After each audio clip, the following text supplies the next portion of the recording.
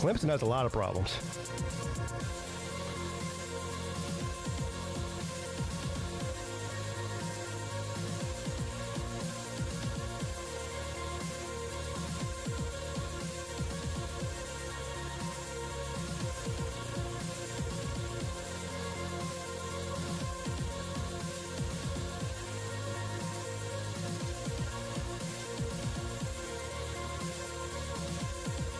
Miami's just doing what Miami normally does in November.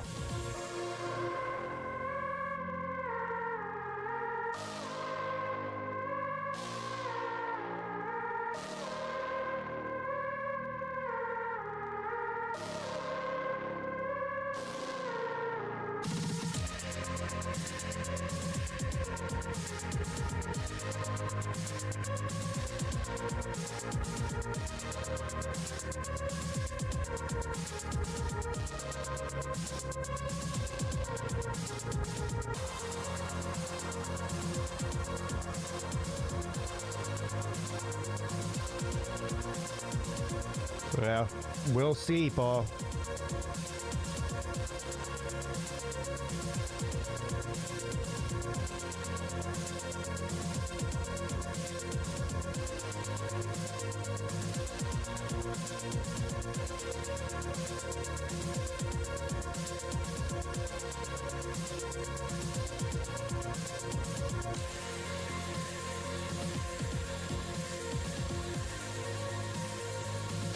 Yeah, it's looking like right now maybe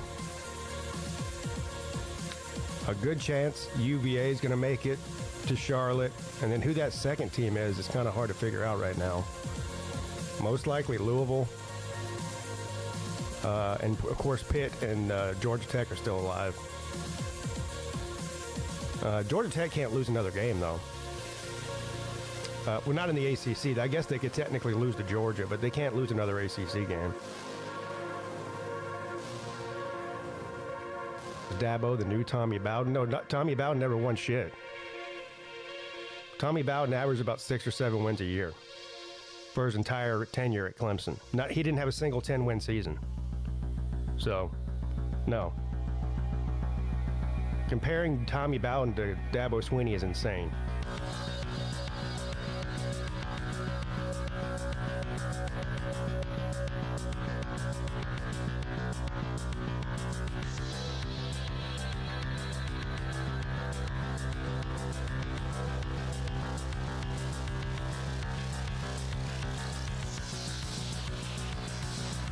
No, he meant Tommy Bowden.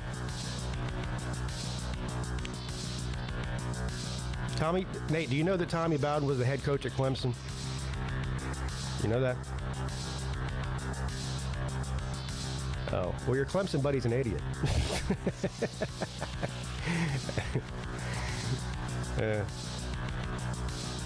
Yeah. Those were some rough years, though. They kept Tommy Bowden. The only good thing that Tommy Bowden did was hire Dabo Swinney. And then when he got fired, he put in a good word for Dabo to be the interim, which obviously led to Dabo getting hired, and then the historic run that Clemson went on. So at least Bowden did that.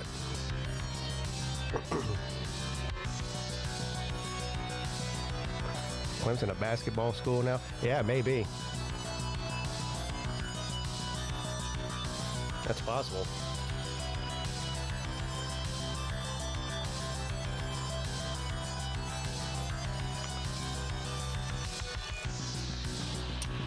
Pete, I broke a lot of shit in my room after the loss.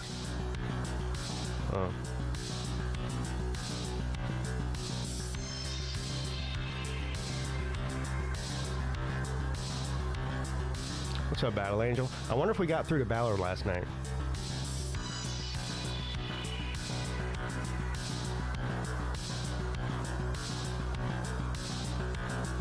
You're saying how great Dabo was and didn't take any negative criticism of Dabo, and now he's saying Dabo should be fired. Yeah. Well, eventually people reach their breaking point, I guess.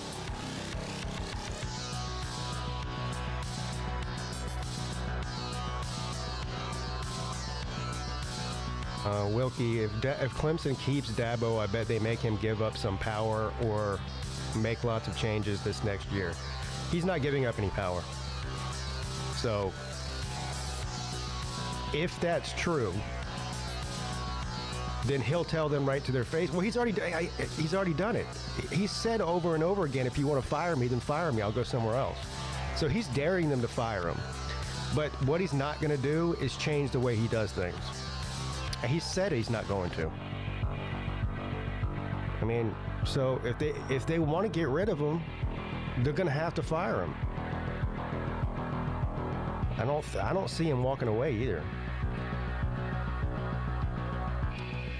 I think it's kind of a moot point. I don't think that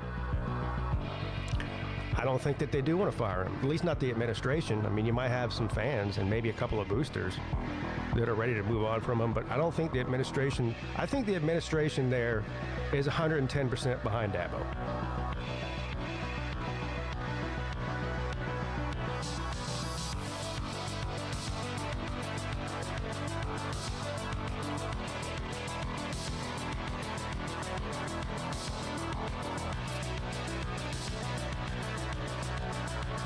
I mean, it's hard to fire a guy because,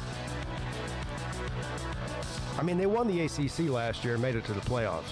Now, were they a playoff caliber team? Probably not, but they still won. They were one of 4 Power 4 conference champions last year.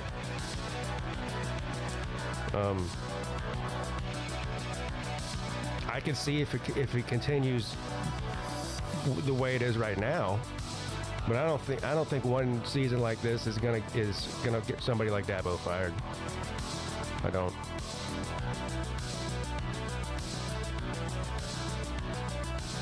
I think Tennessee should fire Josh Heupel.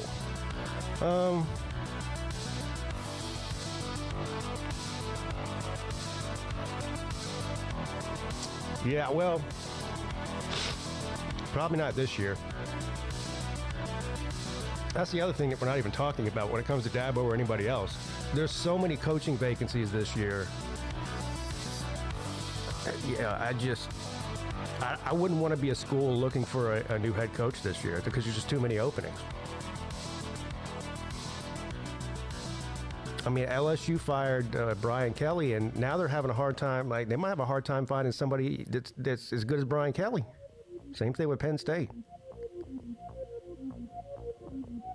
Now, if you're Florida, I think you had to fire Napier. I mean, that's just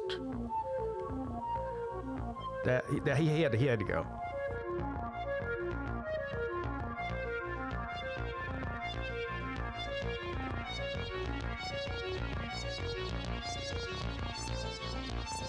Dabo's transferring to Westboro Baptist Church. Yeah, no.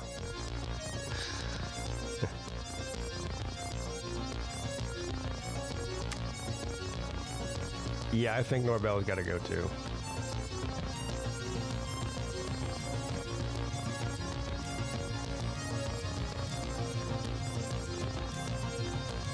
If Dabo got fired, I can guarantee they would hire Brian Kelly. No way.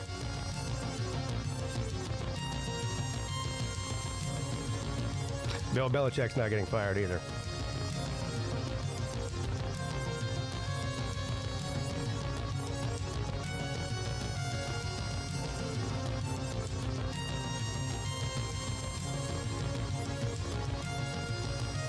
The downfall of Clemson needs to be studied by scientists. Well, it's been studied by me, and I'm basically a scientist.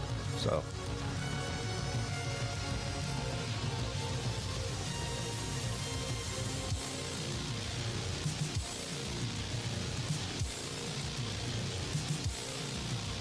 How does Luke?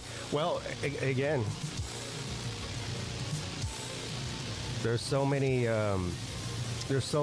big-time head coaching jobs available right now that I bet there's some schools out there that were ready to pull the trigger on firing their coach this year, and they're like, hold on now, we can't do it this year. I mean, look at all the vacancies there are. You know, you get pushed down from maybe the top 3 available jobs to the top 8. So just kind of wait till next year.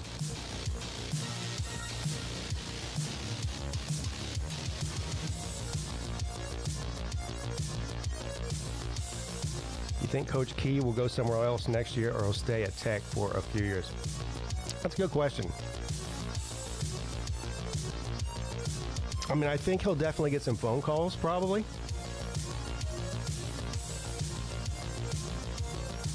You got to be careful, though. You know? You leave a place that you're liked and you're winning. I mean, to a certain degree, you're winning. And you go somewhere where the expectations are, if you're not, you know, in the top 4 within 2 years, and they fire you. That's the new world we live in. He should go to Arkansas. No, why would he go to Arkansas? He'd stay at Tech before he went to Arkansas.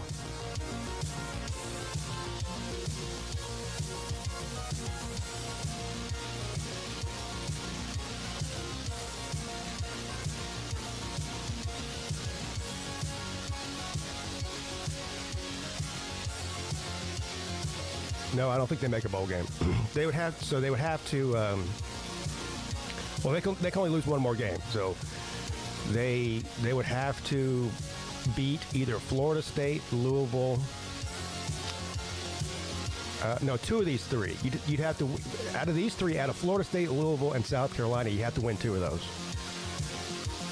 and then you have to beat Furman, which you should, but you know. So the chances are no.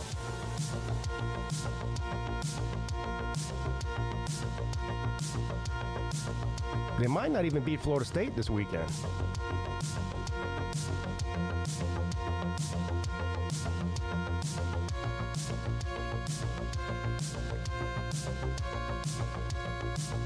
Yeah, Furman.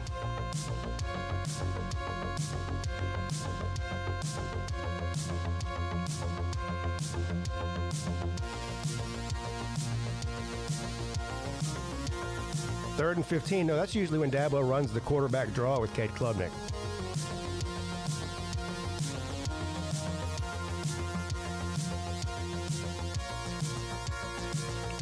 What's the line on the floor? You know what? That's a good question. Let me look.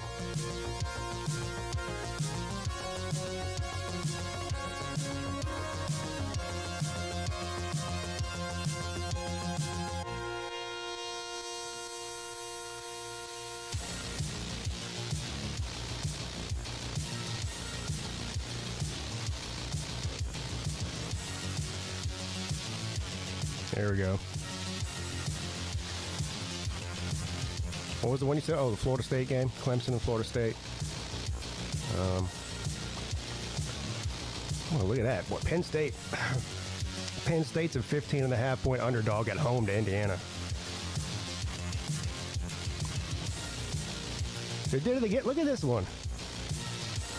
Georgia at Mississippi State. Georgia's only favored by 7.5. This is the same thing they did against Florida. Which, did they cover against Florida? I don't think they did. I don't bet on Georgia games. I lose every time I bet on them. So, what are we at? Where's Clemson at? What time is the Clemson game? What, are they not even putting on here? Is Clemson that bad? They didn't even put a line out on it? There it is. Oh, shit, it's a night game. Oh, my God, a night game in the Valley. Clemson is favored. Clemson has been favored in every game they've played this year, and they're 3-5. That's wild. They continue to favor them for some reason, though. Clemson favored by 2.5. Do with that information what you will, but yeah, I'm not betting that. No way.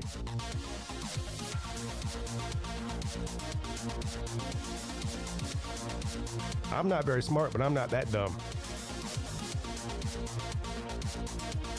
No, Florida State won't. Florida State won't make a bowl, no.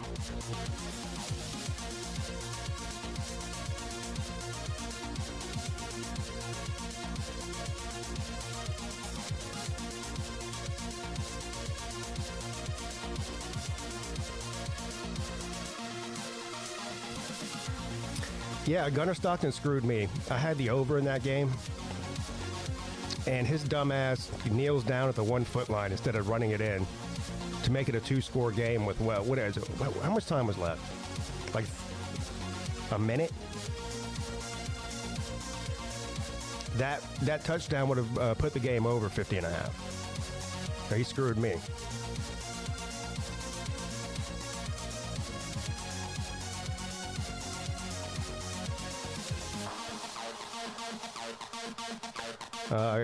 You know what, Robert? Clemson is 131-1 now in their last 132 games when they score 45 points or more. That's just one more insane stat for Clemson this year.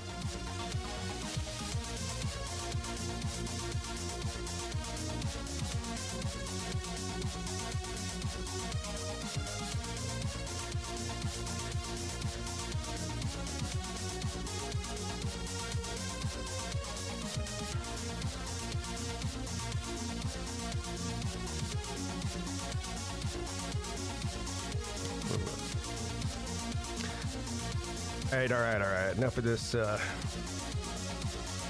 of this rave music here. Good morning, gentlemen. Morning. No Ballard sighting today, huh? So that's fucking crazy, right? Yeah. Like, Lord knows, and this is where I need to talk to Ballard. I know all about making dumbass decisions with women. I'm an expert on that. Yeah. And I wouldn't even do this. I think we might have got through to him a little bit last night. I doubt it. Well, I mean, what is publicly known? Because I know we've talked behind the scenes. Like, has he had sex with this girl? Yes. Yes. My man. Can you give me a recap of what happened last night? Because I missed it. She's also already a divorcee. Yeah. Right. Oh, fuck. She was, I don't know, I guess they're about the same age. So he's 23, right? So she says she got divorced 4 years ago. That means that she was married as a teenager, number one. Yeah. And that marriage only lasted 6 weeks. Is she getting paid off of it? I don't know this, but here's I'm not entirely convinced she's divorced. And here's what, so this is the other theory. So this is what, so Ballard said, you know, it is kind of weird that she goes to her ex-husband's house to get her mail. He still gets her mail. I said, what? 4 years later? Oh my God. And when people like her parents call, he is told to be quiet. I was like, dude, you're a side chick. Yeah, whenever her mom calls and they're together, she tells Ballard to be quiet. You do. Wait, when did all this come out? Did I miss something? This was on the Bad Bitch show last night, yeah. Was she on the show? No, he was, though. There ain't no way she'd sit there and listen to that. No. And then he revealed something that was very shocking. And we didn't even have to beat this out of him. He confessed that he bought a ring for her. So I listened to that bit, and he's like, welcome to my life, welcome to hell. And it's like, buddy, this is not what marriage is supposed to feel like. Yeah. No.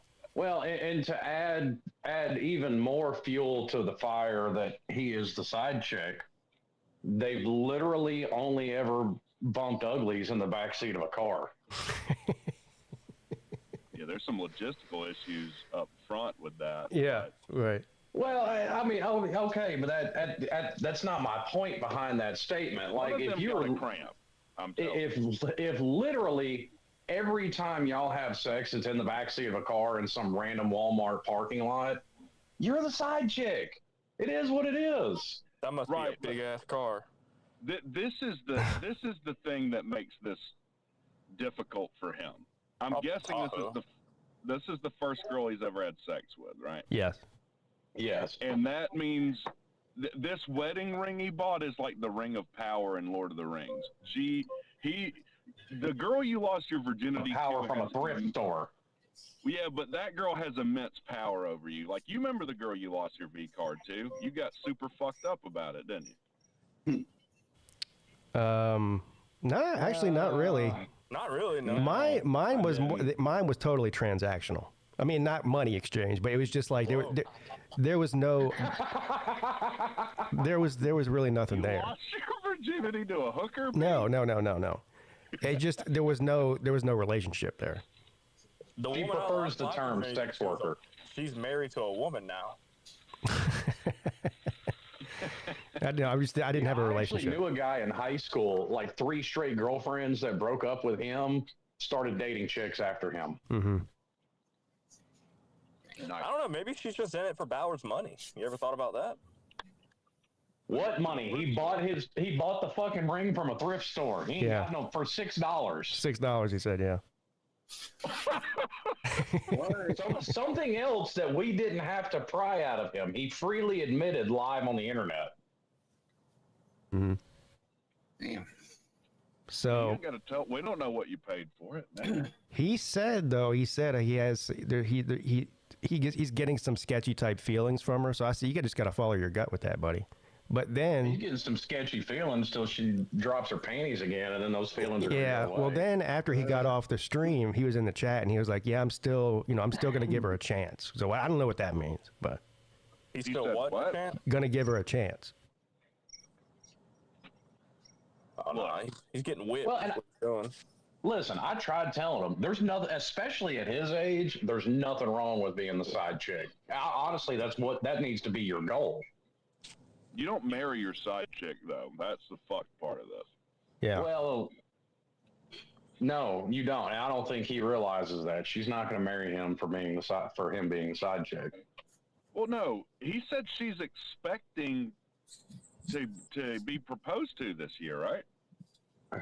Oh, no. She's expecting to be pregnant by next year, according to him. No! Yeah. No. Well, I don't know. Has that been confirmed that she said that? I do not know. Okay. Apparently, it was on one of his streams with her from the car, probably after they got dressed. Yeah. Has he already blown inside of this chick? I hope not. Yeah, I don't know. No, I wouldn't think so. I'm not sure if he knows. Like, let's not forget, 9 days ago, he was a virgin. So, like, there's a complete lack of pull-out game there just from lack of experience. Yeah. Well, I'm hoping he used protection. Yeah. Okay. Well, he says he did. Maybe he bought the ring for $6 and it came with like a 50-cent condom or something. Well, I did give him what I thought sound advice, and that was to be sure to supply your own condoms because you never know if she's going to poke a hole in them fucking things. Yeah. Exactly. That's fucked. One time, I think it was like sophomore year of college. I went to one of those gas stations to buy a condom, and I bought it. It was like in the gas station, or it was in the bathroom gas station. One of those quarter ones. So I bought it, and I bought it, and I went over to Tori's house, Tori Rodriguez. Shout out if you're listening. And then we're all ready to go, and I pulled it out of my pocket, and it was fucking goat weed. It wasn't even. It was what? Oh shit! Oh, that horny goat weed. Yeah, it wasn't even like something that I needed. Oh my God. Damn. Yeah, I gave her the best 5 seconds of her life though. Yeah. Oh, she said her mom was the one expecting a baby. Oh, okay, whatever. Oh, so her mom's more fucked up than she is. Yeah, I was about to say. Well, no, let's be honest now. That's kind of par for the course for the mothers in that situation. Well, it's not like she's 35. I mean, she's just in her early 20s. Yeah, well, the first thing out of my mother-in-law's mouth when my wife told her I proposed was about time. Yeah, but that wasn't a few weeks after you met. Yeah. No, that was 3 years. Right. Exactly. Shit, that was about time then. But listen, I had to get her drunk enough. Okay, fair enough. Yeah. Well, I mean, I think we've done all we can do at this point. Well, we can pray for him. Yeah, I'm not sure that's going to work. I'll send thoughts. How about that? Send prayers for Ballard. Yeah. Colby can handle the prayers. I'll send the thoughts. I will pray for him. Okay. Isn't he I'm not. super religious? Maybe there's some divine intervention, like a burning bush thing, and God's like, "Thou art." Yeah, she has a burning bush. Ballard. The burning bush. Retreat. Yeah.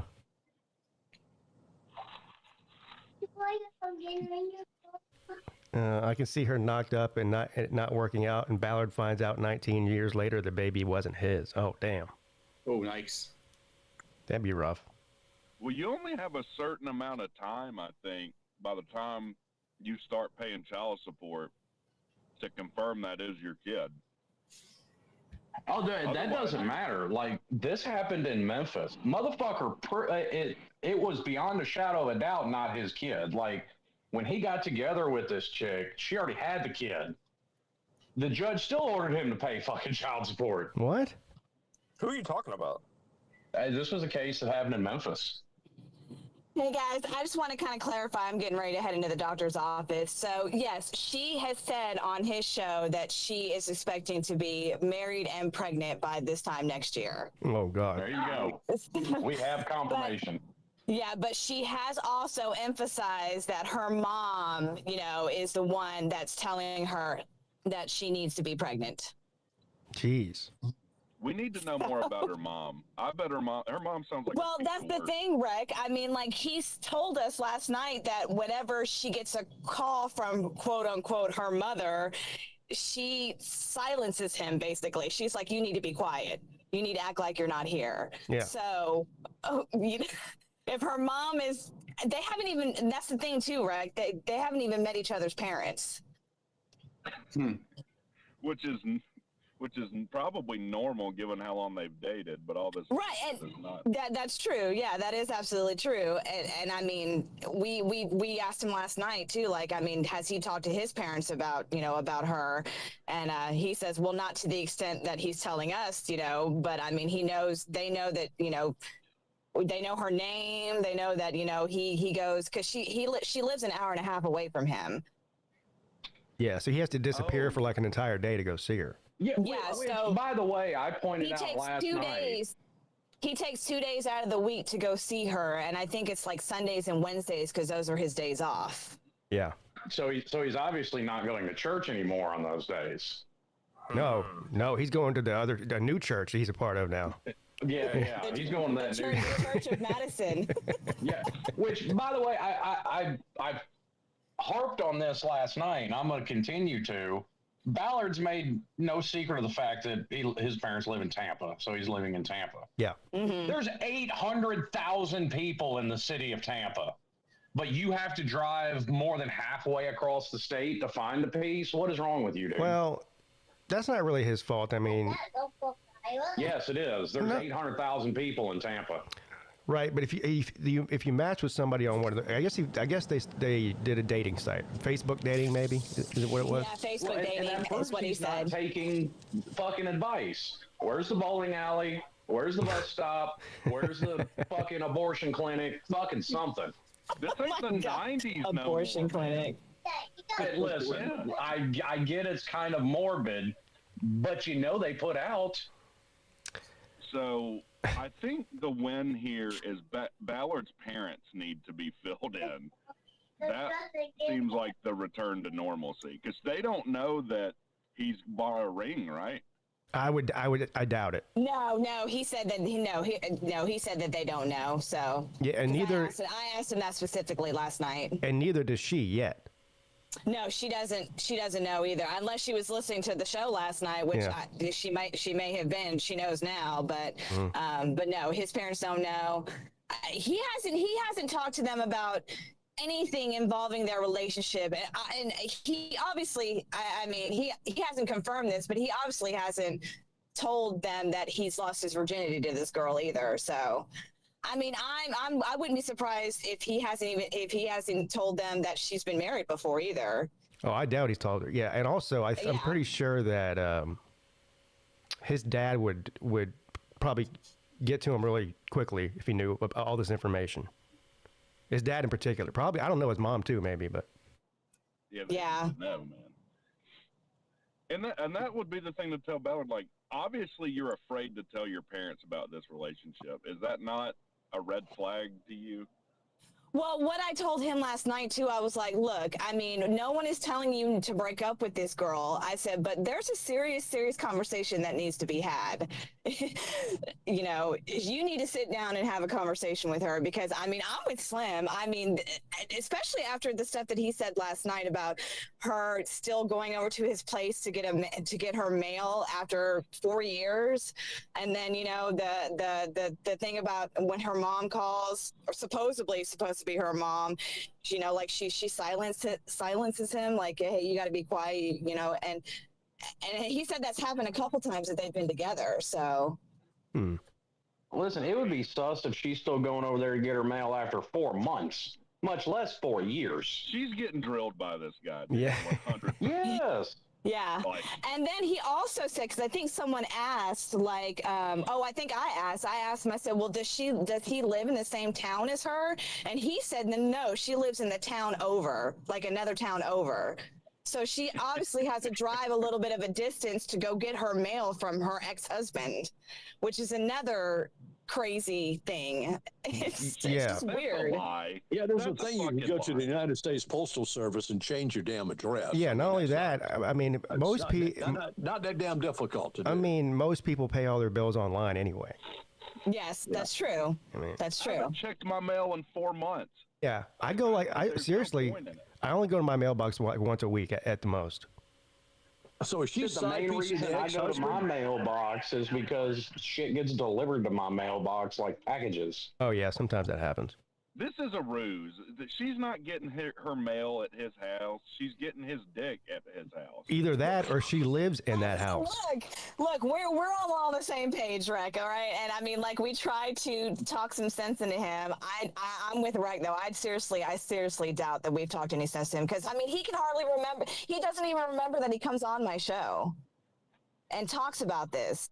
You know, like the next day, like he's like, what did I say? You know, because he doesn't remember even coming on. What is he on acid? No, he blames it on his Ballard. he blames it on his autism is what he blames it on. Pete hit the nail on the head. He's on the strongest drug known to man, and it's called punani. Yeah. Yeah, That's true. that drug right there. Yeah. Yeah, The dumbest decisions you've made have been over some shit like that. Yeah. right? Yes. It's worse than I'm married heroin. with 3 kids. 4 of the worst decisions I've ever made in my life. Snatch I mean, virus. I guess the one thing that's a blessing is that she doesn't have any kids. So could you imagine how much worse it would be if she did have kids? Not I mean, me. are we What sure if she Ballard doesn't have knocks any? her up? What if Ballard Yeah. knocks her up? Well, that's what we're trying to prevent from happening. That's what we're trying to prevent from happening. Yeah. Yeah. Now, wait a minute. I mean, listen, it's like more of this story comes out every week that he comes on the show. Are we sure she doesn't have kids? Like, this See, is a that's another possibility. thing. I thought about that too, Slim. I was like, well, he says that she's told him that she doesn't have any kids, but now with everything that's coming out, it's like, I don't even know what to believe anymore. So, and yeah, I found out yesterday too that she used to be a race car driver. What? Yeah. What the fuck? What? She used to be a race car driver. So not only is she's a chef, she's a baker, she's a mechanic. She's a musician. She also writes music, but now add a race car driver on top of that. Boy, How she about an is. American Airlines pilot? Let's just throw that in too. Oh, and yeah, also, she I guess every holiday season or something like that, she plays like football with her family or something like that. And yeah, she's won every football game that they've ever won, and Yeah. she's always been the quarterback. She's undefeated. Well, Georgia needs a new defensive line. I wonder if she could play with us. I know she's an Alabama fan now. She's a stereotypical Alabama fan, and probably falling into more stereotypes Probably getting a train ran on her by the team. Oh no. Oh I gosh, legitimately, I think she has borderline personality disorder or something. you know, it really sounds like that. So then get this, right? Like, and I was listening because I was doing work, so I was just, and he was the only thing on, so I was listening to the show. But they got in the car to go do some, because she Uber Eats, I guess, as I don't know, like as a side job or something like that. But they were in the process of Uber eating or like Uber, doing something. I think it's like Instacart or something shit like that. They were at a pet store. Instacart, because they were at Petco. Yeah. She was doing Instacart or something like that. Well, they got in the car after they left Petco. They got in her car to go, I guess, deliver this Instacart thing. And like she got in there, and like her air conditioning stopped working. And I was like, well, can't she fix it? Isn't she a mechanic? Yeah, she should fix it. Yeah. And then she was like, well, I could, but I don't have any antifreeze. Oh my god. Anti-freeze. Yeah.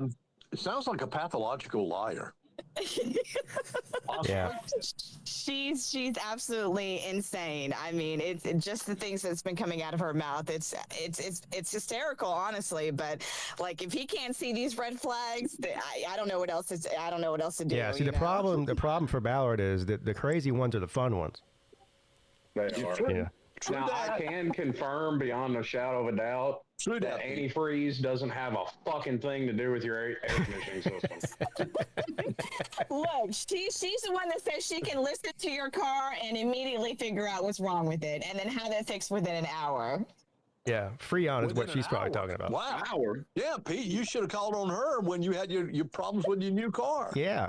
Yeah, she would have had it done in an hour. Yeah, she could have had that transmission fixed in no time. Radiator in my fucking truck. That's It took us 3 hours. Look, You could drop a tranny in 10 minutes and have it redone in 40.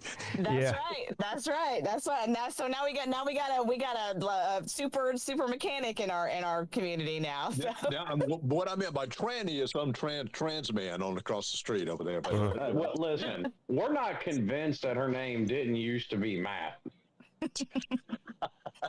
All right, fellas. Well, enjoy the rest of your day. All right, see you later, PA. Battle Angel. You have a good day. You too. Bye. What if she ends up coming to the Slavs? What if this continues and we see this girl in Nashville? I think I would welcome her. I will say everything I've said here to her face. I don't give a fuck. Yeah, I don't necessarily have a problem with her. I just don't. He just needs to be careful. Yeah, it sounds like you guys are concerned for the Yeah, and we tried to tell him that, and he goes, I know. Yeah. He's getting annoyed by us, though. I can tell. Yes, he is. Yeah. He's getting very annoyed. Well, if he feels like he's a grown-ass man and can handle this, but we're just telling him, hey, there's a lot of red flags here. Well, and by the way, like most of us were not telling him to stop seeing her or anything like that. As a matter of fact, I encouraged him to keep on. Yeah, right. we're just telling him to take it slow. Yeah. Yeah. Because he's known her for 3 weeks and he's already got a ring. So he got her a ring. I didn't hear this. So yeah, exactly. He got her a $6 ring from the thrift store. Now, right. Well, she doesn't. Well, she doesn't know about it, but yeah. Well, so he hasn't given it to her yet. No, he said he said he got it for her a couple of weeks ago, and he hasn't given it to her, and he's probably not going to give it to her. But the timeline here is what's disturbing. He got the ring 2 weeks ago. They've only been dating for like 3 weeks. That means he did it after 1 week. Yikes! Yeah. He did it right. He did it right after losing his virginity. Yeah. Yeah, right. 15 seconds after he was in that store buying that ring. Yeah, he was in love after that. That's what coochie snatch will do to you. Oh yeah. Is Ballard generally impulsive aside from this situation? Not really. No. Okay. Yeah, I haven't known him to be impulsive before. But Who, Ballard? yeah. Yeah, I don't know. I don't think so. Yeah, but once again, she took his cherry, so I mean, all common sense goes out the window at that point. I wonder if he told her that she took his cherry. Oh yeah, she knew. Yeah. Oh, God, yeah. Yeah, she knew that. Yeah. If she didn't know, it became apparent 1 second. Yeah, that he was. What the hell I do with this damn thing? Oh, Lord. I'm not even mad. It is awkward your first time anyway. That is a fucking awkward experience. Yeah, so did she have to tell him where to put it, or? Oh no. Well, maybe he has to roll her in flour to find a wet spot. I don't know. Oh, Jesus. No, like, she's been on camera. I mean, she's not, a petite little girl, but she's not big by any stretch of the imagination either. So y'all have seen pictures of this gal? She's been on the streams live before. on his show. Oh, okay. Yeah, Yeah, Ballard's doing like, a listen, show. Yeah, I've done way Ballard bigger and and way worse sober. Yeah, and there's nothing wrong with it. What's No. this? They can't all be teams. Productions, isn't it? What's his? No, Ballard Sports Media. Ballard Sports Media. Okay. Yeah. Let me see. Yeah, he's doing a new show called Ballard and Babe. Which is a great name, by the way. It is. Now, has she Mr. Ballard proclaimed, Show. Oh, I see her. Wait a minute. Hold on. I think I do. Oh, wow. does she proclaim to know football? Is that one of her other Yeah. expertise? Yes. Yeah, she She does, don't know because shit. they did. Because I think They previewed. their first episode, they talked about college football, or like previewing it. like Ole Miss and Oklahoma. Yeah. She's like, Yeah, well, they're let's both be honest. 15. If your standard of who knows football is people that talk about it on the internet, that's a pretty low fucking standard. Well, Yeah. Rex, tell him what she said about the games. She'd be like, yep, Ole Miss is a pretty good team. The team they're playing is a pretty good team. We just won't know till they play who's going to win. She's genius. Well, I mean, why that's right. We don't know who's gonna win until they play. Yeah, you can say that about every game. Obviously, by that take, she's a huge Josh Pate fan. I mean, just That's riding exactly that what I fence the said. way She is. I said she's like the female Josh Pate. Gosh, She's going to be does she bigger than have all of us on here. Have y'all seen this? Has she got a skin disease on her face or something? What's going on there? I don't know. I think it's a birthmark or something. Yeah, is it a birthmark? I don't know. I haven't really. I don't know. Ballard could probably tell you. I bet he could. Wow. No, she's not. She's not a petite girl. No, she's not. And she's I don't know. Have you seen Ballard? You've seen Ballard before, right? Oh yeah. I know Ballard's a big boy too. Yeah. Ballard seems to be like exploding there a little bit. I mean, I don't want to knock anybody. I need to lose some weight my damn self. But I'll do it, Scott. He's a fat fuck. It is what I can say that because I'm still one. Fuck it. A lot of fat fucks in the community. We can't be sensitive about this. That's why we're called slobs, right? But it's all right to be a fat fuck as long as you can do a few push-ups. I mean, when Carolina Jackpot beats you in a relay race, yeah, you got some problems. Well, Ballard When Ballard couldn't put the clown shoes on. Yeah, but He just gave up.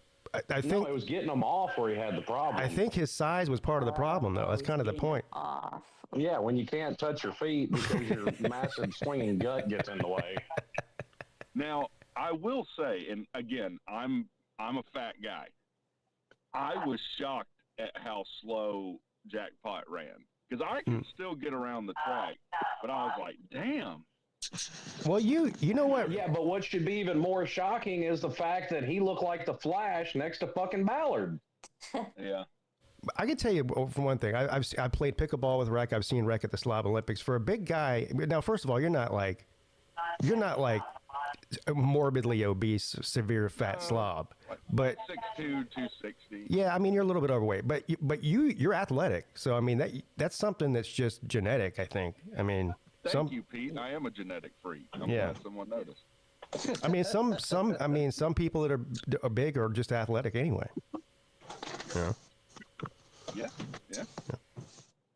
That's why we won the slobs. Me and Sea Dog and you. That's why I picked y'all. Yeah, well, you also weren't handicapped by Ballard. We didn't draft Ballard, is why we won. Yeah, that's exactly why y'all won. I mean, good Lord. But also ACC. We put the ACC dream team together. Yeah. I mean, it was easy. I picked a bunch of guys who had top 3 and top 5 finishes in Slav Olympics before. That's what I did. I'm smart. You're smart as fuck, dude. I think about that sometimes. Like, damn, Pete's smart. Yeah. Well, I'm changing gears here, but how did the betting go this week? Win, lose? Oh, it went good for me. Good for you. I got paid this morning, so that's better than losing. Yeah, there you go. Yeah. I didn't lose because I didn't play.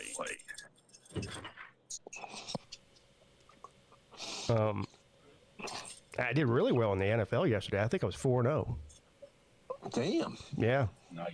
4-0. What games you bet on? Let's see. I bet on the Carolina game. Of course, they won. They got. Yeah. They were more than a touchdown underdog. I won that one.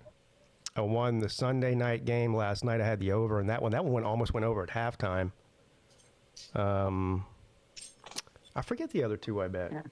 I bet one of the 3 o'clock games, one or two or three, the 3 o'clock games. I can't remember what they were. Yeah, the Seahawks almost hit the over by themselves. Yeah. I'm not gonna lie, I was so tired after this weekend. I didn't see a single snap of football all weekend.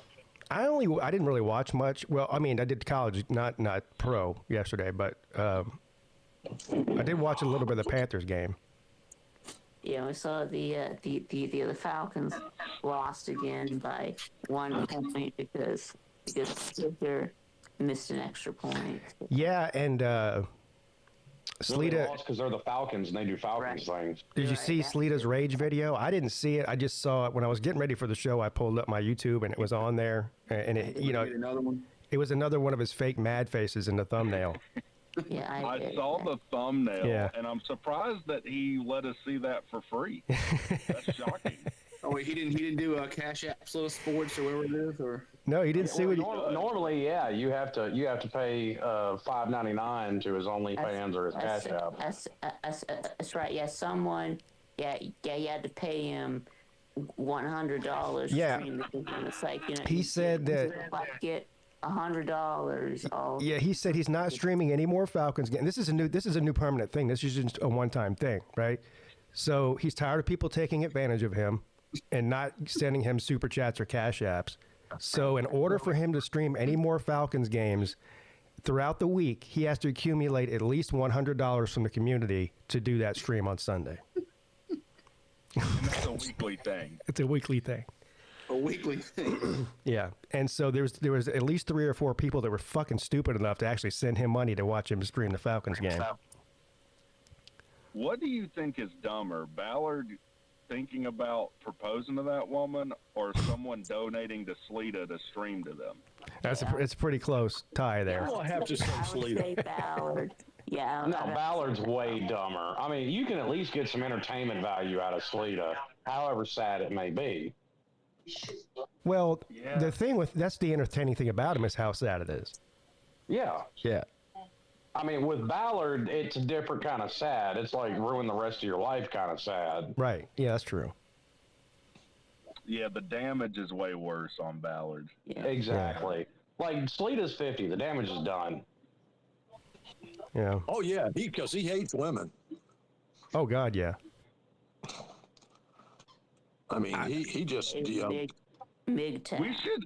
Oh, my God, we should get Slita to talk to Ballard. Oh, no. Yeah, see, that's what I'm worried about. Is like Ballard ending up, full Celine. Yeah, he needs to talk to Celine. Yeah, like at least Celine has somewhat of an excuse. He's been married, had a few kids, got fucked over by an ex-wife. So I get it. Like that the Pornhub premium is way cheaper than another divorce. I get it. How you know about that? Yeah, we need Ballard to come on the Celine show. Yeah. Yeah, look, man, these women are a bunch of bitches, bro. You gotta leave them be. Oh. Well, I wanted to ask Slim. Slim, are you on the bandwagon to take Cristobal's head off too? No. No, and those people are dumb as fuck. Yes. Yes. And like Pete was going through it at the beginning of the show. I really I'm starting to think that college football fans as a whole are just going smooth brain on us in real time. Like, there are people legitimately talking about firing Josh Heupel too, and it's like, name a better coach this century at Tennessee. Exactly. I'll wait. Yeah. Exactly. Yeah. So Slim. So why'd you say that Miami is fine? Because they are. I mean, yeah, they've got problems to fix, but I was answering a comment more geared at Miami's program than the individual play. I think the program as a whole is fine. Yeah, the and team plus, has improvements. I mean, what are they, 6-2? Yeah, that's not terrible. I mean, what? I mean, okay, guess what? Say for the sake of argument, they lose another game. Right. So I'm one game off from my prediction on the year. That's pretty fucking good still. Yes. Well, the thing about it is, Miami was favored to win the ACC. Okay, but what did I say about it? A lot of this is based off perspective and expectation. What did I say about it? I said the same exact thing Pete said. 10 games, most years will get you to the ACC title game. Most years it will. It may or may not this year if they hit 10 games. Well, this is a weird. Well, Tech lost, so that's in favor for you guys. Well, last year it didn't get y'all to the playoffs. It didn't, but most years it would. And once again, whether it gets us to the conference title game or not, I'm never going to get on here and say that a 10-win season is a bad season. That's dumb as hell. Yeah. Hey, you know what? I want to say, I'm sorry to all the fans or all the people that voted and took Georgia and gave the 7.5. Gunner. Yeah, and watch the end of the damn game. And Gunner Stockton takes a damn knee on the 1 yard line. Yeah, he's dead to me. God almighty. Gunner Stockton's dead to me. Dude, Gunner Stockton not only screwed Pete on his bet, but screwed everybody else because that would have covered the spread if he had scored. I know. Because I had money on the game too. I mean, a big loss in $10. I don't follow into the conspiracy theories, but when you take a knee at the one, when you clearly could have just fell forward into the end zone, you're feeding into those trolls. Yeah. Well, now with this FBI investigation, every situation like that is going to make you wonder, what the fuck? Well, look at a week ago when the South Carolina player threw his hands up and refused to push the Alabama player out of bounds and gave up a touchdown. Yeah. That one was wild. That looks sus as fuck. Right. Well, I think it was they were letting him score because if they had tackled him, then Alabama could have just ran out the clock. So at least with this one, you give yourself time, to. Boy, you have an 11-point lead, and although you leave time on the clock, who gives a shit? Florida can't score 11 points in a minute and so many seconds. No. That's what got me. Yeah, I didn't get it either. Yeah, that made no damn sense. Yeah, I think you score there. I mean... Yeah, absolutely, you score there. I wonder if he did that on his own, or if they told him not to score. May have. They might have said, "Hey, and we're if he down was here." told not to score, then that once again you are feeding into the people that say the shit's real. Yeah. When would they have? When would they have had a chance to tell him not to score? I mean. Well, this happened with. Wasn't there a timeout right before the play, or no? Yeah, there was. There was a timeout. Yeah. Oh, there was. Okay, yeah, and they would have had a chance to tell him that if you get the first down, don't. And score. Kirby probably said, "Hey, let's run out this run. Hey, if you get the first down, don't score. Just run out the clock." That's probably what Kirby told him. Well, that number one, that's dumb as fuck. It is dumb as fuck. I agree. Number two, that looks like straight setup to make people lose money. Lose money, right? Yeah. Two. I mean, what people say all the time, perception is reality. That's the perception. Yeah. Reality, that's half a point. Reality is perception. Yeah. Yep. Pete, will you and the panel look at how, the amount of teams and their fans expect to win championship football every year? Yeah, there's at least probably 24 fan bases that expect their team to win a championship every year. Yeah, I mean, Miami fans are a perfect example. They're crashing out because they thought they were going to win a natty. They thought in September, oh, you look like a great team. You're going to look like this all year, which we all know isn't the case. That's why I took a very reserved attitude about it early in the year, because there's still a lot of football to play. Yeah. There's a lot. Especially in the SEC. I don't think anybody's in a lock for the championship. I mean, everyone's going to say Ohio State, but again, Indiana.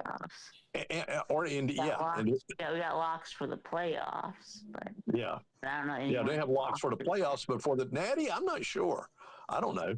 He just says a championship. I guess that could also mean a conference championship. I don't know which one he's talking. I mean, Well, I meant the national championship. I guess he means either one. Right. but Yeah, I mean, the odds are right now Ohio State can win the natty. Okay, they're the odds-on favorite. Ohio State to win the natty and win the Big And Indiana, I think, is second, if I'm not mistaken. they should be. My whole thing, and I've heard the shit about people. I've heard the shit about Mario. I lived through the Al Golden years and the Randy Shannon years and the Manny Diaz years. Is Miami a better team now than they were then? Fucking absolutely. Yeah. Yeah, they are. People need to quit.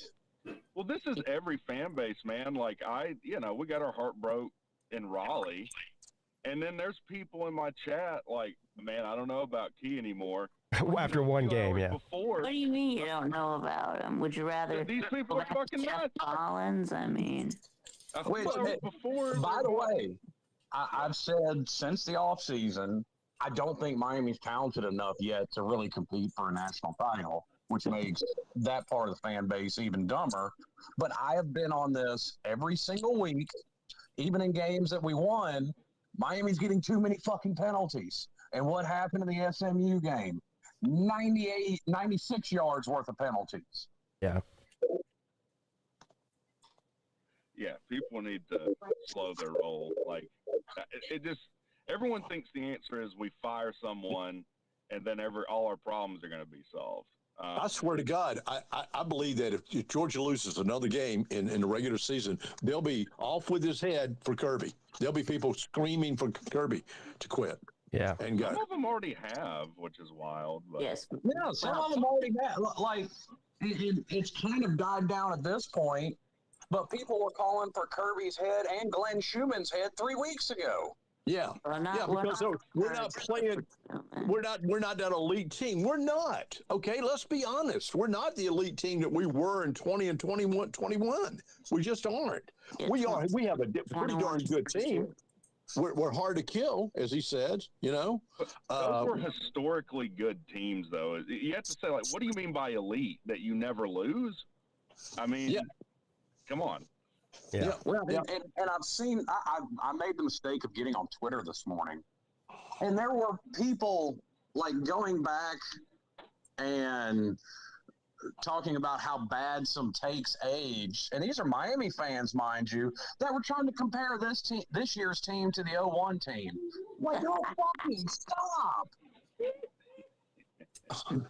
Like, what are you doing? Like, once again, and I lived through that. People forget they struggled at points that season too. They almost lost to fucking Boston College. Oh my! I got to go again, guys. Y'all have a great week, okay? Yeah. See you later, Scott. But no, I think Miami as a program is fine. I think they're trending upwards as a program. Now, is this season going to go the way some people thought it was going to? No. But they're fucking dumb. Yeah. No, and the reason Mario's getting the heat he is because he's elevated the expectation at Miami. I agree. And some of the boneheaded decisions he makes late in games.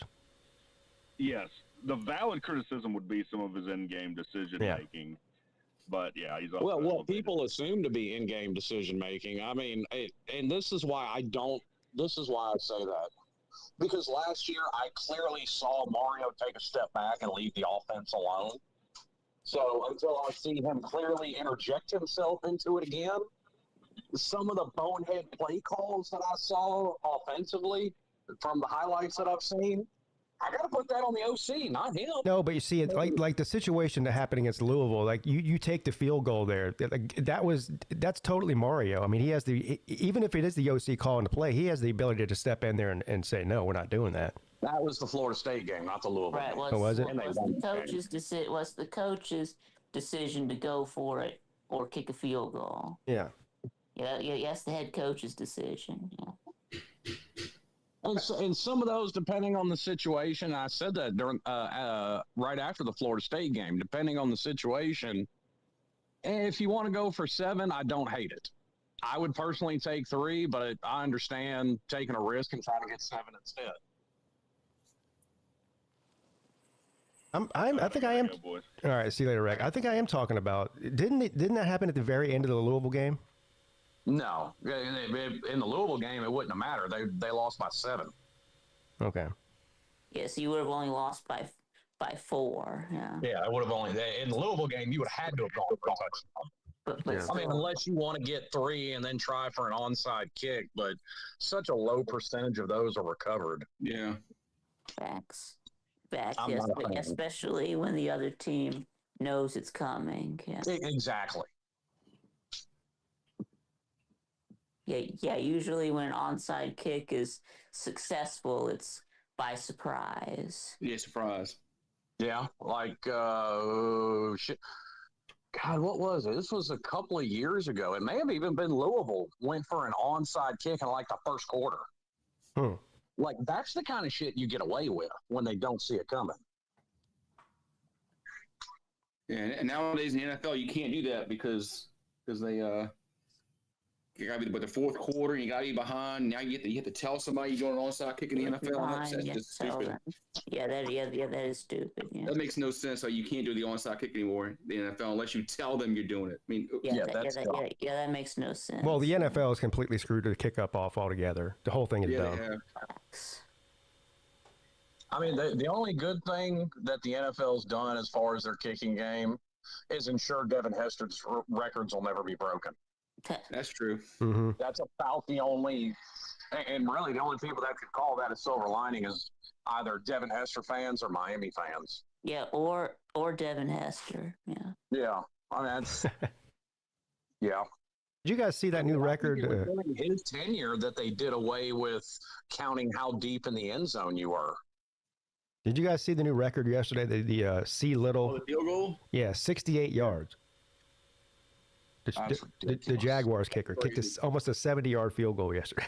Crazy. And that thing would have been gone good for over. I mean, he didn't just barely make it. He made it by a lot. That thing would have been good for maybe 75. That's ridiculous. Yeah.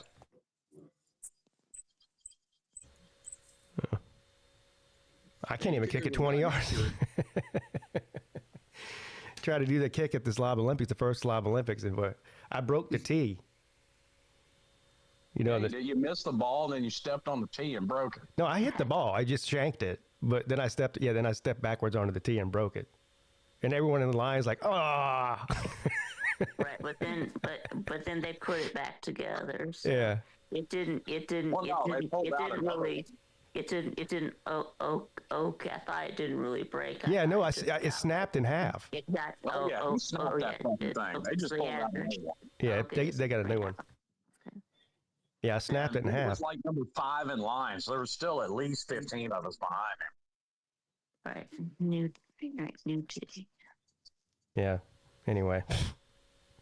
Yeah, dude. Yeah, did any of us make it? I can't remember. Yeah.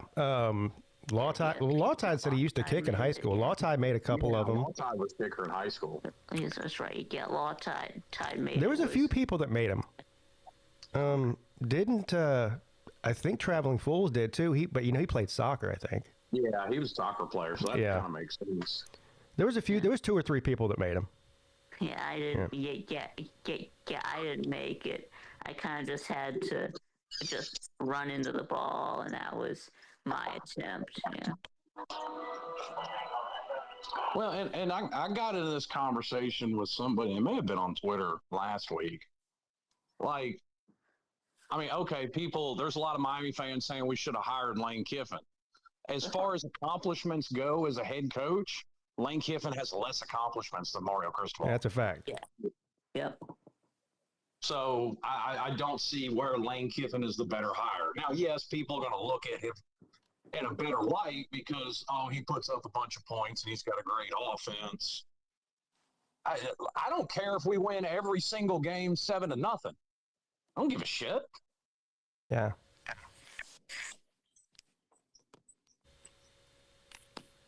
Yeah, anybody calling for Mario to be fired is just stupid. Yeah. I mean, it's just I don't even know why you bother trying to argue with those people.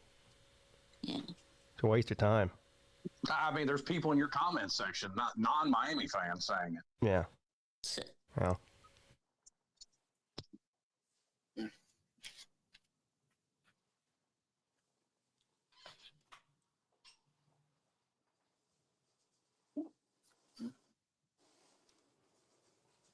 I don't know if is YouTube TV and Disney reached a deal yet?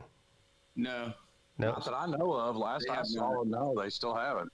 They have not. I don't have that problem with Hulu, so I can't relate. Yeah. Disney owns Hulu. That's Disney why. own Hulu? Yeah, they do. Yeah. Oh, do they? I didn't know that. Yeah, Disney owns Hulu and Fubo, I think.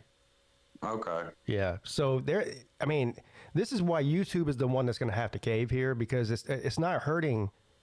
Disney's not getting hurt by this because Hulu and Fubo subscriptions are going up now, and they own that. So actually, now that you say that, though, it makes sense because I got that probably the same thing you did. I got that bundle with Disney Plus and ESPN Plus. Yep. Yeah, they had that bundle with Hulu and stuff like that. But the one that's hurting is YouTube TV because there's people leaving YouTube TV to go to these other services. You know. Yeah, there's no contract with these streaming services. You can just leave. So what's probably going to eventually happen is YouTube's going to have to cave and give and pay more to Disney for their channels, and then YouTube TV is going to raise the price on their subscription on their stuff. Yep. Yeah. Yeah, which I mean is already now higher than Hulu. I mean that, and I said this was going to happen at the time, and it's coming out that way. Like my whole subscription bill is really only like $7 or $10 a month cheaper than my DirecTV bill. Really? Yeah, that's it. How much were you paying for DirecTV? Just under $150. Oh, so you're talking about when you add in Netflix and shit like that? Well, no, I don't have Netflix. I've got Hulu with their live TV, ESPN Plus, Disney Plus, and Paramount Plus, and HBO Max. Okay. So the Hulu package is like $80 a month. At least that's what mine is. So then Paramount Plus is like another what, 10? Something like that, and HBO Max is the same thing. So that should be only like $100, not $130, or whatever you just said. Well, I don't know if you noticed it, but I got an email from Hulu that their prices were going up. I did not. I'll have to look at my bank statement because it's just automatically. It's just automatically drawn out of my account every month. It does to me too, but I pay attention to it. Yeah. Last time I looked was probably a couple of months ago. It was $79.99, unless they went up again. Well, plus taxes and everything else. Well, that's what was withdrawn from it. So, anyway, still cheaper than when we had cable. It's a little cheaper, yeah, but I said it was going to end up being around the same price, and I mean, okay, $10 a month cheaper, big whoop. When we had the cable, whatever, I forget what it was. I think it was AT&T, or Comcast. It was one of those two. But we were paying, it was insane. It was over $300 a month. Now, that included internet, but so it was cable and internet and like 3 boxes or whatever. Yeah. And it was over $300 a month. That's just ridiculous. And then if you have a problem with your service, it's another pain in the ass. You got to call them. They got to come out there, and you got to make an appointment. Fuck all that. Well, I'm sure you've got the extra, for you to get more than 3 people on it at a time. No, I've only got 3 right now. Okay. Yeah. I'm about to say, because there's really only about, at most, 2 going at a time, so I didn't pay to have the extra devices. Yeah, I don't really need it. But first of all, my kids don't watch Hulu. They don't watch live TV. No kids watch live TV anymore. They watch everything is on YouTube or whatever. So they don't watch it. Mrs. Peete might watch it, but she's only taking up 1 device or 1 TV. And so that leaves 2 for me, which is what I use in here when I'm streaming. I got 2 TVs up in here. Yeah. Yeah. Yeah. Yeah, I have the 4K with YouTube TV. Then that comes with unlimited screens, but normally it's like 3. I think it's only like if you're in your home. That's if you're in your home, market. If you're traveling, you only get 3 regardless. So I think you can pay. I forget how Hulu does it. I think you can pay another. It's either $5 or $10 a month, and you can add up to 2 more devices or something like that. Yeah, it's something like that. Yeah, I mean, it is kind of frustrating that the streaming was originally the cheaper route than cable or satellite. But now there's so many streaming services that by the time you add them all up, you're paying. I mean, if you have all of them,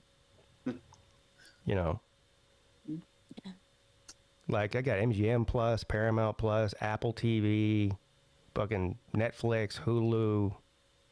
I'm probably even missing something. Peacock. Yeah, Peacock.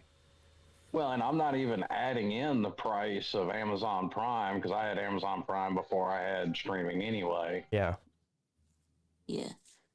Yeah. Do we know who Mike Porter is? Is he in the back room? Yeah. Okay. says he. The name is very familiar. He's been around. Yeah. Hey. Hey there. How's it going, Mike? Hey, what's up? Hey, I was the one who put that question of, expectations in lieu of Hugh Freeze getting fired. Yeah.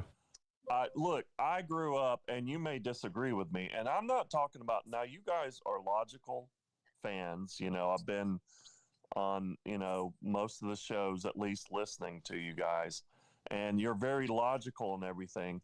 But when you look at the fans that are not logical, and then if you look at maybe even the alumni and maybe even people in the staff, the expectations when I was growing up, the expectations of Georgia and Clemson every fall waking up saying this is their year, ever since they won in 81 and 80, they thought that every year was their year. And so everything now is, it took Georgia with Dooley, like 17 years to win a national championship. Mm-hmm. Rick never won one. So now everything is, if you don't win in 3 years, you're done. Yeah, it took Dabo 8 years or whatever, 7 years. Right. So it took a while. So I did that exercise yesterday where I went through every conference, and I have 11 teams in the SEC that they wake up in the fall thinking that they're going to win the championship. Let's see if we can figure out these 8. You said 8? 11. 11. All right, well, here's for sure. You got Georgia. There's a couple Georgia, of them Bama. Yeah. that just now got on the list. Georgia, Bama. Yeah. LSU. Tennessee. Florida. Yeah. LSU. Texas. Auburn even. Yeah. It's basically the entire Oklahoma. conference except for Vandy, Mississippi State, Kentucky, Missouri. South Carolina, Missouri. Now, I put South Carolina on there because of their rivalry with Clemson, and the fact that they every year think, they had Spurrier, they had who was the guy from Notre Dame, the old guy from Notre Dame? Lou Holtz. Lou Holtz. They have that expectation, but and that could be argued. I put Ole Miss there because of what they're doing now. The others are dreamers, and that's what I put. I would put Vanderbilt. Missouri is probably close to expected, but they're still dreamers. Mississippi State and Arkansas, but they want to win.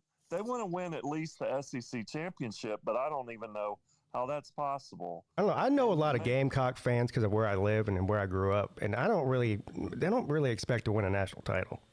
So maybe they're dreamers then. Maybe. Yeah, I mean, they want to, obviously, but I mean, they haven't even won the SEC yet, let alone. Yeah, the difference between desires and expectations. Right. Yeah. Now, in the Big Ten, I have Ohio State, Michigan, Oregon, USC, Washington, Penn State, and Nebraska. Mm-hmm. And I put Nebraska there because they've won the championship so many times in the past. So I know how, based on the way the people were around here, Georgia fans and Clemson fans, and rightfully so. I'm not ditching them for that, but they have a winning program and they're a football school, and that's what they expect. They expect the national championship. Yeah. And so, Nebraska, I understand, because even though they haven't done it or really even been in contention for a while now, about the same timeline as Miami. I mean, how we look at Alabama now is how the entire country looked at Nebraska for 30, 35 years. Yeah. True. I mean, they were it. Yeah. And then I have a between the expected and dreamers in the Big Ten, and that would be Iowa, Wisconsin, Michigan State, Indiana now, but maybe they'll be in the expected category if they win one or two. And Illinois could just be dreamers, but I put UCLA there because, again, with their thought process with USC, they're rivals with USC. But you could say that they're dreamers. And I got Minnesota, Maryland, Rutgers, and Purdue as dreamers, and no expectation is Northwestern. But Northwestern wants to win a bowl.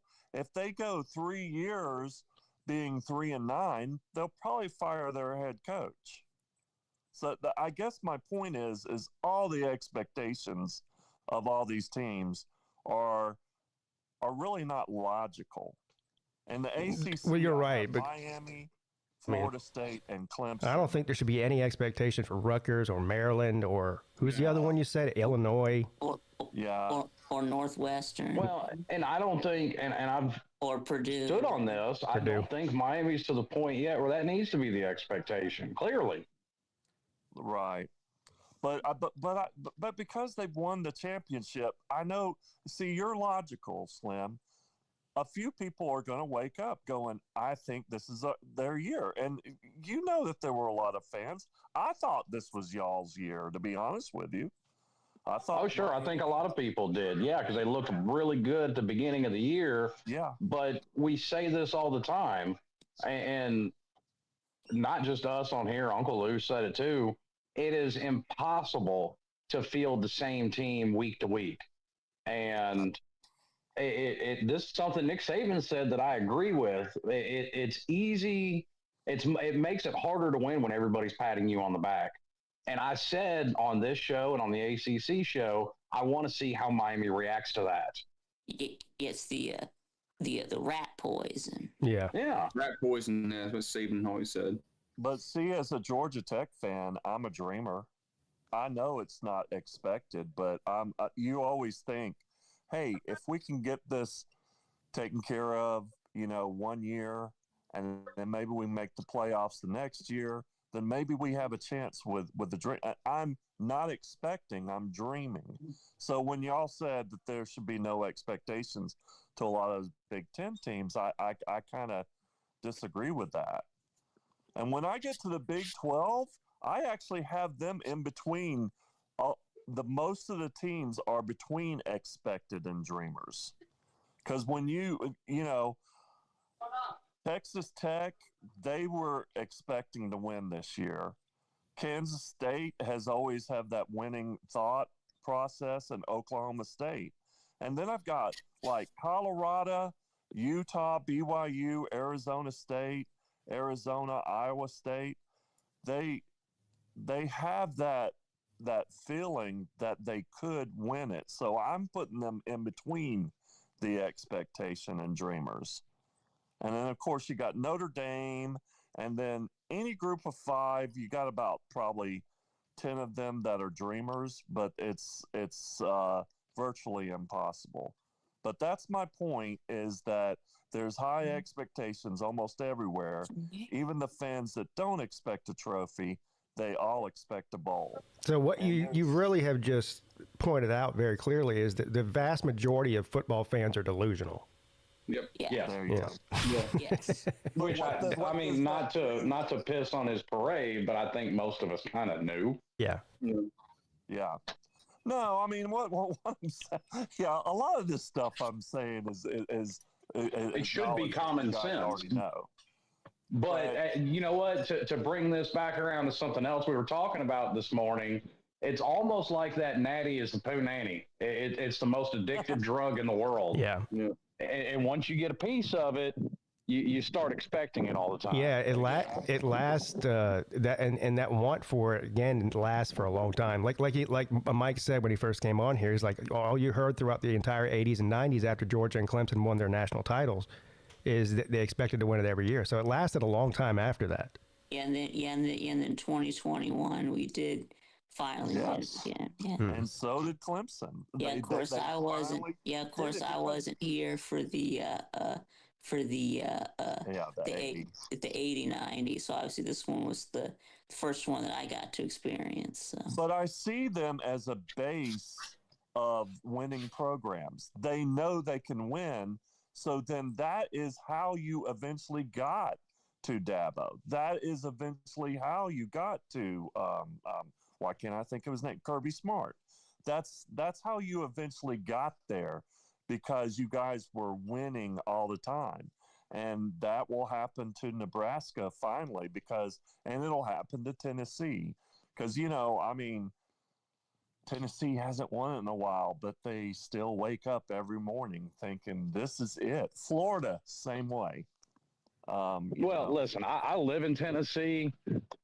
Tennessee fans may be some of the most retarded people on the planet.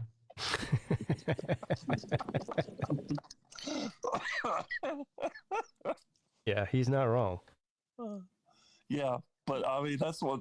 But even when I was listening to a radio show, like I live in North Georgia, so I like to go to Pigeon Forge, quite a bit, and you'll listen to the talk radio, and their expectations.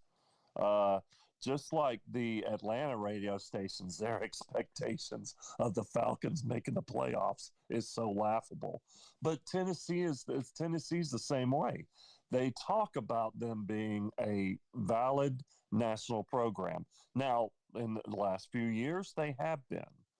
But when this was about 10 years ago, they were nowhere. But because they have won before, that expectation is always going to be there. And it is delusional, but it's also weird. I have a sister-in-law that her brother, he recently got divorced, and he has a girlfriend, and they went down to Miami because she's actually best friends with Mario Cristobal's wife. And so he said, well, he wanted to come up and just say, hey, thanks, Mario, after the game. Hey, Mario, I just want to, congratulate you. I mean, I just want to say thanks for having us in the house and things like that. And he wouldn't talk to him. And I was like, why would you think? I'm surprised he came home that night, because usually head coaches, it's a 365 a year, 24/7 thing, and they usually sleep in the office, and all they think about is football. They get overpaid, but there's this big expectations. You can't feel bad for them because there's a payout, but they're not normal people. And and we have really made that happen because, you know, the way I look at it, their personal life has got to be all screwed up because, you know, of the expectations and how much money they make and how much time they put in to what they do. So I just think that it's kind of screwed up. Our expectations has kind of caused this weird situation to happen. But that's my point. There's 35 teams, Mm-hmm. and everybody wants a bowl, and you're not going to get it, you know. So, you know, I'm glad that Georgia Tech is in the place that they are. Of course, the way they lost makes them look like frauds, and maybe they were. Maybe I remember telling Rec, I called into Rec and said, look, man, there's no way that we're favored in all these games. I'm used to us just losing all the time. So I have no expectations. I'll be happy if we're 9-3. Very good. But there you go. No team should, no fan should have an expectation of not to make a bowl game. True. There's nothing delusional about going, I think my team can go 6-6. Well, that's true. That I guess that's. I'm just saying a win. If you don't think your team can make a bowl game, they ought not have a team. I mean, you have to have some bottom line expectation. And there's not a single coach in the history of college football who's ever been fired for not winning a natty. So it doesn't really matter if some fan somewhere thinks his team should win a natty, and if he doesn't, he wants his coach fired. No coach has ever been fired for not winning a natty. Right. No loser of a national championship game has ever been fired. James Franklin is the closest. What about Mac Brown at Texas? He got fired after losing. No, I'm asking. Didn't what was it? What was it, like a 10-2 or a 9-3 season when he got fired, something like that? At Texas? Yeah. He didn't get fired because he lost the national. I mean, he didn't make the national championship game. Lots of 10-win coaches have got. Mark Richt got fired. He went 9-3. Well, you're saying that Franklin's the closest. I was putting Mac Brown in that category. Well, James Franklin made the Final Four to playoffs and got fired. True. But nobody gets fired for not winning a natty. So I'm just saying that, you know, sometimes you have to be realistic, and you're right. Everybody wants a bowl, and maybe that was a wrong statement that I made there. But I'm just saying that you can't, and you can do as a fan that you want to. I'm just pointing out the expectations of teams that expect to win the national title each year. And then even somebody like Northwestern, I couldn't disagree more. There's not a single Georgia fan in the 90s that woke up expecting to win a natty. There's not a single UCLA fan that has woke up anytime in the last 20 years expecting to win a natty. There's not a single Northwestern fan that has woke up in the last 20 years expecting to win a natty. This list of teams is insane. Growing up in the Atlanta area, that is all I heard was since Clemson and Georgia won, that every year they thought it was their year. Probably in the 80s for Clemson. They were going to win a national championship, but there's no Georgia fans in the 90s when they were busy winning 6 games a year expecting to win a natty the following year. Oh. I'm actually going to disagree with that because, listen, you get logical Tennessee fans during this stretch and illogical ones. Right. So I guarantee you those illogical Georgia fans existed in the 90s. They did. I worked with them. I worked with them in the 90s. Every year 70? They expected to win because they won before. I worked with these guys, and they were very illogical. How old are you? I am 62. I disagree with most everything you've said in the last 20 minutes. Okay. Well, you know, that's why I called. Northwestern fans aren't waking up UCLA fans aren't waking up expecting to win a natty because Southern Cal won one 20 years ago. That's insane. They don't. That's not the way it works. They're dreamers, though. They're not Mexican. How do you know they're Mexican? Well, that's exactly why I called, Lou, because I wanted to know what y'all thought. I did the exercise where I wrote out all the teams. I think you can. You're assuming there's UCLA fans. Yeah. Well, to Lou's point, that may have been true in 1999 when UCLA was number one for a week. Right.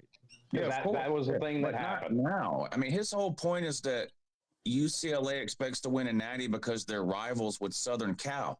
Southern Cal's been dog shit for 20 years. True.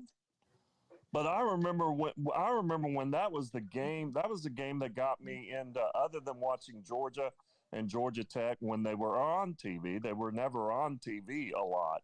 But the list you read, you put UCLA. That used to be the football game, and that's what got me into all the college football, where I watched the little teams like Louisiana Tech and Troy play each year. That got me in it, as an 18-year-old to watch. But you put 90% of the teams in the country on the expectation list. That's just a way too high of a number. I mean, you've got what, 2 teams out of the entire Big Ten that don't expect to win a national title every year? No, they were dreamers. Well, they were dreamers, and then I did put somebody that was between expected and dreamers, and UCLA was in that list. The only you're inventing new terms to try to justify whatever it is you're coming up with. Every college football fan dreams of their team winning a Natty. Right. So that list would include 140 teams. Right. All 140. And that's why I say that most of them are dreamers. But like Ohio State, Michigan, Oregon, USC, Washington, Penn State, and Nebraska, I stand by that. No, Nebraska fans wake up hoping to they've made one bowl game in the last 10 years. I know, but because, like I said, just when Georgia won it in 1980, there were a lot of people because they were used to winning. So in 81 and 82 and 83, not 92, 93. I mean, it was 3 coaches later at that point. But that's logical people. I'm talking about illogical people. There's expectations there. You sat down and did this on a computer, didn't you? I did on my iPhone. I know you did. You came up, you broke some kind of spreadsheet now. Yeah, y'all are a special bunch. Don't put them in it. He's talking about Georgia Tech people. Yeah, Georgia Tech people. You came up with some kind of algorithm to justify Northwestern's dreamer state or whatever. I don't know what. But they still can't figure out a functional interstate system. Northwestern has no expectations. But of course they expect to win a bowl, just like you said. But Lou, that's why I called, because I wanted to know what your opinion was. How is it you can come up with this spreadsheet? You wait a lot of time. How is it you can come up with this spreadsheet, but you can't figure out how to build an interstate system that doesn't jam up in 7 minutes? Oh my gosh, you're right about that. Well, I didn't go to Georgia Tech. I'm a Georgia Tech fan because I grew up in Atlanta. Well, I don't know. Somebody on the internet told me if you're a fan of that team, you had to have gone there. Otherwise, you can't be a fan of that team. So you didn't personally blow up the Challenger? No, I didn't personally, but I dreamed about it. Oh, damn. I'm kidding. You had expectations that the Challenger would blow up.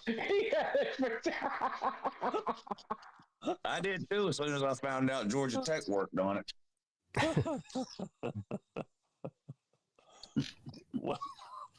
Oh my God, that was hilarious. Yeah. So anyway, that's my 2 cents, and that's probably why I don't call in a lot.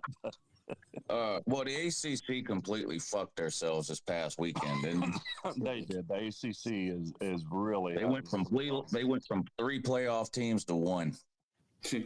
Yeah, probably, and only 1 because they have to be in there. Whoever wins the ACC championship. Other than that, they would probably not pick them. I think Georgia Tech, Louisville, or Virginia, if they were to win out would be in the playoffs, even if there was no conference requirement. Yeah, there would be. I think they're high enough ranked right now to where either of those three wins out with an ACC title. I think they'll be in the top 12. Yeah. It's going to be hard for Tech. Of course, Georgia Tech ain't winning out, so. No. At this point, with their defense, I think they're 9-3, but I could be wrong. Well, there's only so many games left, so yeah, probably. Well, they have to do what I'm saying. They have to go on the road to beat Boston College. Well, they'll beat Boston College, but who you got? You got Pitt, right? Well, you got Pitt, and then you got Georgia. Them to go on the road and beat Boston College. What?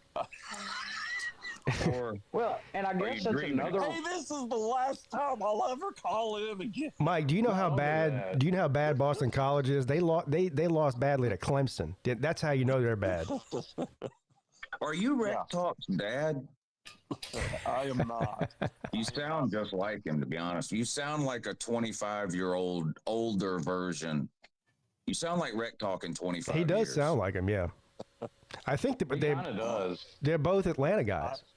I've heard that I had the southern draw of Hank Hill and the cadence of Mr. Rogers.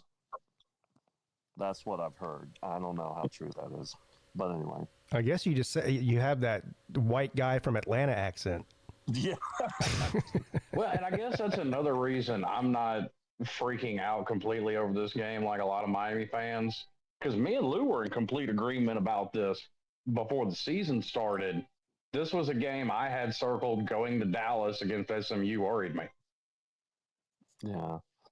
Well, I knew all week that Tech was going to have big problems with NC State because, their offense is incredible.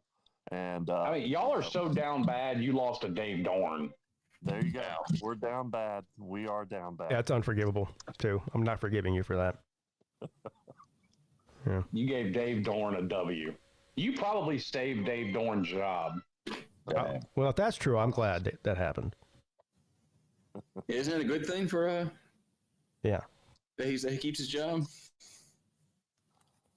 I can't figure out Pete's stance on that because he hates Dave Dorn so bad and constantly questions why he still has a job, but then is glad that his job got saved somehow. Yeah. I mean, it's self-explanatory. Because as long as he's there, NC State's no threat to anybody in the ACC. Well, I'm going to tell you this, Pete.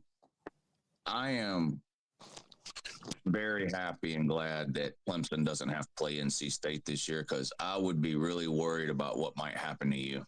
Yeah. After that game. I appreciate that. Paul might be upset if the. Yeah, that might be the point where I hit total rock bottom. Yeah. You can take a lot when it comes to Clemson, but losing to NC State and Dave Duran might be a bridge too far. Yeah, that'd be the straw that breaks the camel's back.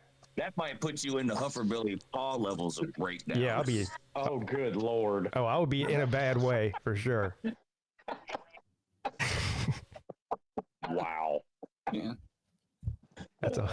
Well, look, guys. I had some big expectations for coming on here. And it's been nice, and I got Uncle Lou to enter the chat. So yeah, you annoyed him. Have a good one. All right, have a good one, Mike.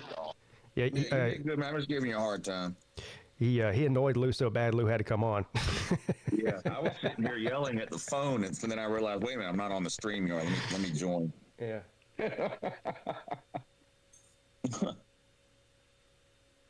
So you ready to beat the Saints this weekend, Pete? Is that who they play this weekend? Yeah, I thought we go. Yeah. Saints play. Look, don't look now, but Carolina's not bad. They're good. Yeah, they're good. And the Saints are garbage. So yeah, I'm taking Carolina. Did you vote for that governor? Did I vote for that governor? That crazy governor. Man, he just shut up. Is he the one that's trying to his platform vote for me and I'll run Brian Kelly out of town and handpick the next loser? Yeah, I think that's what he's trying to do, but he's not Huey P. Long. It's not going to work out well for him. I can't believe there's anybody that thinks it's a good idea to get state level politics involved with head coaching searches. Yeah, it's not. It's also, I mean, whoever's giving them that advice as far as a campaign strategy doesn't know what they're doing. Exactly. Politicians usually try not. That's why, like, Congress never passes any laws or what. Like, they try not to do anything or really have a stance one way or the other on things, because if it goes bad, they'll get held accountable. Imagine if the next coach is a failure. That governor will never win another election. Exactly. Yeah. So I'm surprised he's putting his neck on the line. I think what he's thinking is... I'm not surprised. I mean, in this day and age, people have the attention span of a goldfish. They'll forget about it. That's true. I think he's trying to play the whole because, you know, Louisiana, LSU, they're all big football fans down there. You know, I'm such a big football fan. Look what I'm willing to do for you. Meanwhile, he just looks like a fucking buffoon. Yeah. You know? Yeah, I mean, he could have done all this stuff behind the scenes and never said a word publicly, but... Well, he shouldn't be involved in it at all. I mean, what's the education rate in Louisiana? You should worry about that. Yeah, right. I mean, well, and there's a stipulation that if the boosters don't pony up the money to pay out Brian Kelly's buyout, that taxpayer funds have to cover it. Yeah, but they had the money. Oh, they have it, but if they decide not to pay it, then the state has to pay it.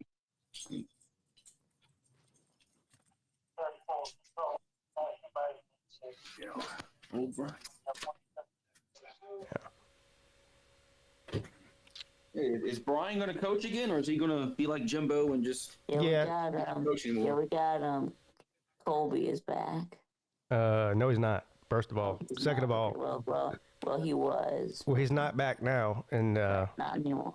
Okay. Even if he does come back, I'm not putting him on because I'm about to stop the stream here in a second. So. Well, I mean, with that being said, can we add Colby to the We're Back rankings? What is Colby back? Oh, I mean back in the stream. Yeah. Pete, you need to get one of them cat Christmas tree houses, bud. I saw that. A cat Christmas tree house? Yeah. I guess I have to go look at that. Amazon has that? Did you get that on Amazon? They had it on Amazon, but I actually got it off of Walmart because it was like half the cost on the same thing on Walmart.com. But I just Googled Christmas tree house, and Amazon was the first thing that came up, but they were kind of expensive. So I just kept scrolling on Google, and I found the same one on Walmart for, I think it was $70. $70? Jeez. Yeah, you ever bought a cat house before? Yeah, I've got a cat house. I don't think, maybe I did pay $70 for it. I don't know. It's 3 or 4 years ago when I got the cat. Yeah, it was about. I sent Uncle Lou a text message yesterday. Sam's Club with the huge W has industrial size packages of Christmas tree cakes. Oh God, how many come in there? Like 50? Yeah, how big is that? Big damn enough. Big My enough. daughter came over here for lunch today, and she said the gas station down the road has jumbo Christmas tree cakes. They're twice the size of the regular ones. What? Jumbo. Yeah. Yeah, there wasn't enough sugar in the regular size one. They had to make a double size one now. Right? They gotta double it and give it to the. Oh, you want to get Uncle Lou real down bad? They've come out with Christmas tree cake coffee creamer. Oh shit. Uh-oh.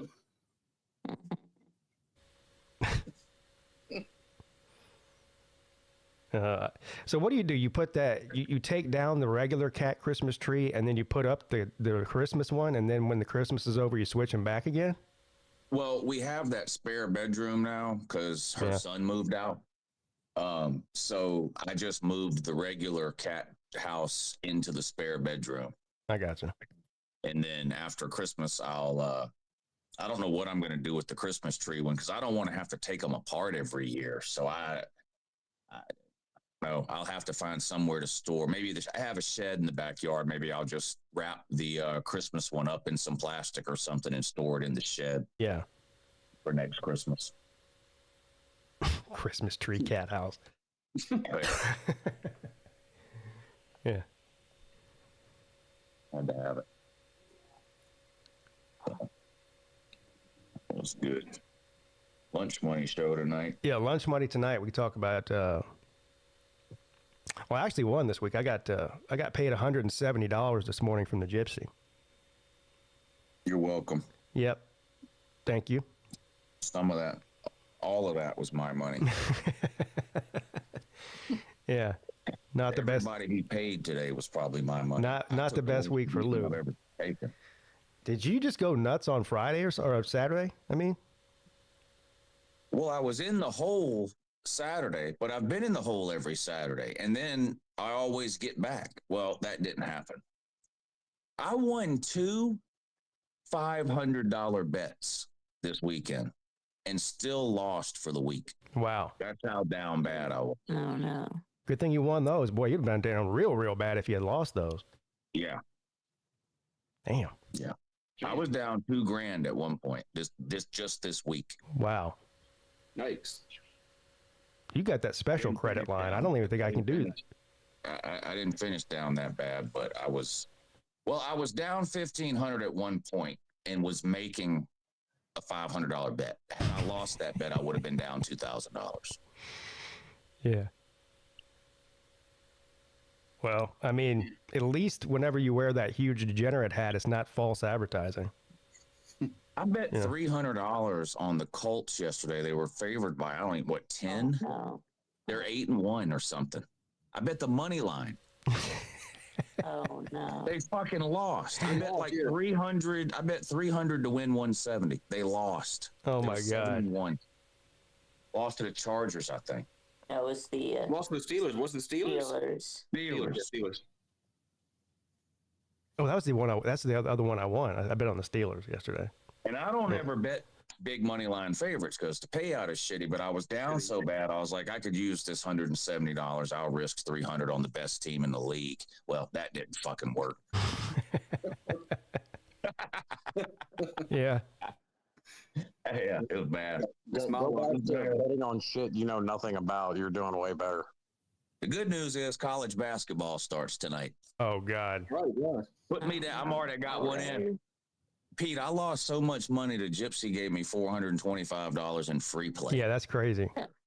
Yeah. So I put $100 on Alabama minus 35 tonight. Who are they playing? Free play. I don't know. Somebody you never heard of. Nobody, yeah. Incarnate Word or whatever the fuck it is. Something like that. Yeah, they're 35-point favorites at home. They're playing East Duboga Community College. Yeah. Jesus. That might be Dabo's next head coaching job at East Duboga University. Yeah, I'll have to go. I can bet $400 bets for free. $300 bets and a free $125 bet. That's good. If I even win 2 of them, then I'm starting out the week a couple $100. Yeah, you'll be way up for the first time in a while. Yeah. Yeah. Yeah. Thanks for pointing that out. Hey, that's how they get you, man. He gives you all that free money. It's like, hey, I can't lose. It's not my money. Yeah. Free money. Yeah. It's like when the casino gives you a free room. It's like, hey, man, it's a $500 room. Why wouldn't I take it? Why wouldn't I go lose $2,000 gambling? They gave me a free $500 room. Yeah. Exactly. And I'm going to pay $70 for every $20 meal that I eat. Yeah. Makes sense.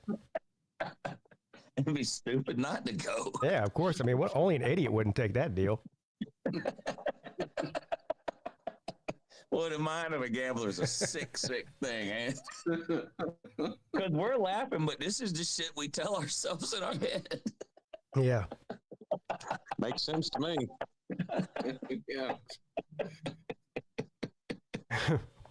Oh, But man. yeah, so on that note, tune in to Lunch Money Show tonight. We'll tell you how to lose some money. All right, I'm out of here, guys. All right, see you later, Lou. All right. Yeah, I'm gonna go too, guys. So. Right. All right. Appreciate you, all of you, for coming on. Yep. All right. Well, that's it, guys. I'll see you guys at 9 p.m. tonight over on the Uncle Lou YouTube channel. And we'll talk about some gambling. How about that? All right. Have a good one.